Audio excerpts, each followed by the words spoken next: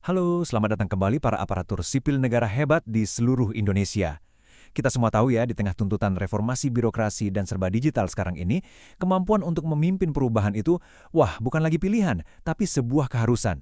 Nah, hari ini kita akan bedah tuntas gimana caranya Anda bisa jadi motor penggerak perubahan yang positif di kantor, bukan cuma sekedar jadi pelaksana.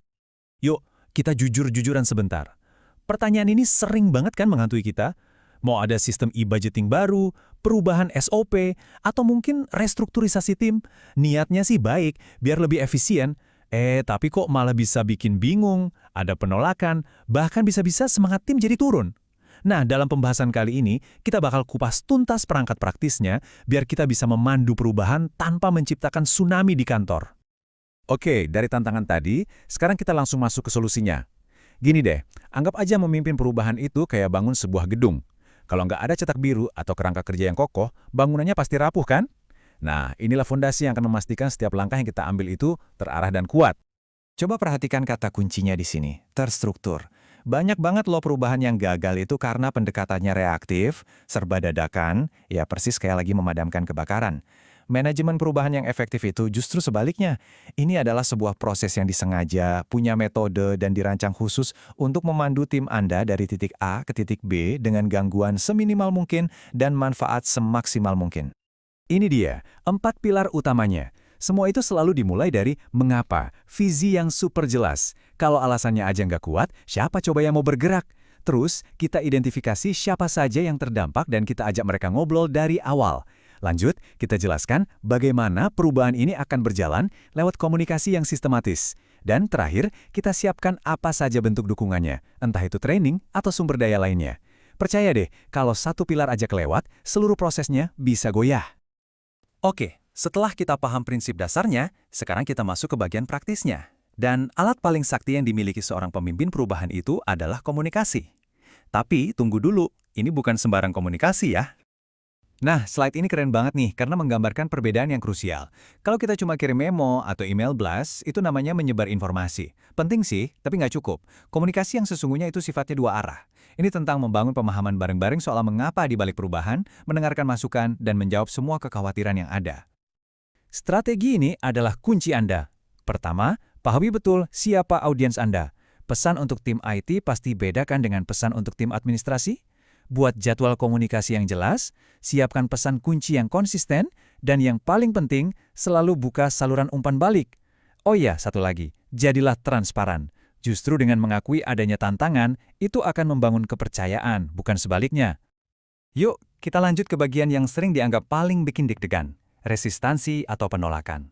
Tapi, kita akan coba ubah cara pandang kita soal ini. Anggap saja resistansi itu bukan penghalang, melainkan sumber informasi yang luar biasa berharga. Nah, poin krusialnya ada di sini. Saat kita melihat resistansi sebagai musuh yang harus dikalahkan, kita pasti akan sibuk berdebat dan adu argumen. Tapi, coba deh bayangkan, saat kita melihatnya sebagai sebuah sinyal untuk dipahami, kita jadi mulai mendengarkan. Kita mulai bertanya, oke, apa sih yang sebenarnya jadi kekhawatiran Anda? Coba kita lihat alasan-alasan ini. Anda kenal nggak dengan salah satunya di tim Anda? Mungkin ada yang merasa bingung karena nggak tahu apa yang bakal terjadi, atau merasa kehilangan kendali atas pekerjaan mereka. Bisa jadi mereka nggak paham mengapanya, atau mungkin mereka trauma dengan perubahan gagal di masa lalu. Dengan mengidentifikasi akar masalahnya, kita bisa berhenti menyalahkan orang dan mulai mengatasi masalah yang sesungguhnya. Ini dia panduan langkah demi langkahnya untuk mengubah energi negatif dari resistansi jadi energi positif. Kuncinya ada di langkah 3, ciptakan solusi bersama. Kenapa? Karena ketika orang yang tadinya menolak, kita ajak untuk merancang solusi, mereka justru akan jadi pendukung yang paling vokal. Kenapa? Karena solusi itu adalah milik mereka juga. Oke, kita sudah bahas kerangka kerjanya. Udah tahu juga cara mengatasi tantangan. Sekarang, pertanyaannya, apa sih tujuan akhirnya? Ingat ya, tujuan kita itu bukan sekedar membuat orang patuh karena ini perintah atasan. Tujuan kita adalah membangun komitmen yang tulus dan dukungan yang penuh antusiasme. Visual ini menunjukkan perjalanan yang harus kita pandu. Banyak pemimpin sayangnya berhenti di tahap penerimaan di mana orang-orang ya sekedar ikut aja.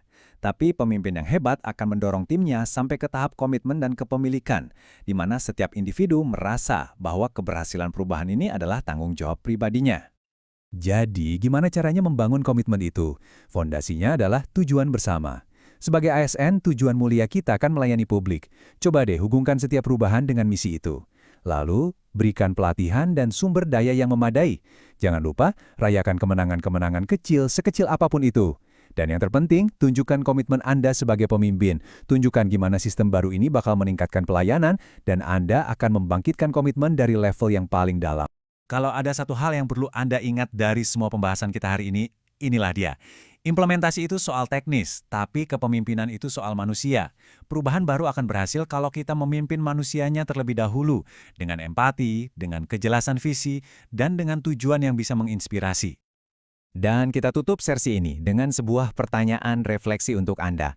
Setelah memahami kerangka dan perangkat ini, jangan cuma jadi pengikut perubahan, jadilah agennya. Coba pikirkan, satu hal saja di unit kerja Anda yang bisa dibuat jadi lebih baik. Dan mulailah pimpin perubahan positif itu mulai hari ini.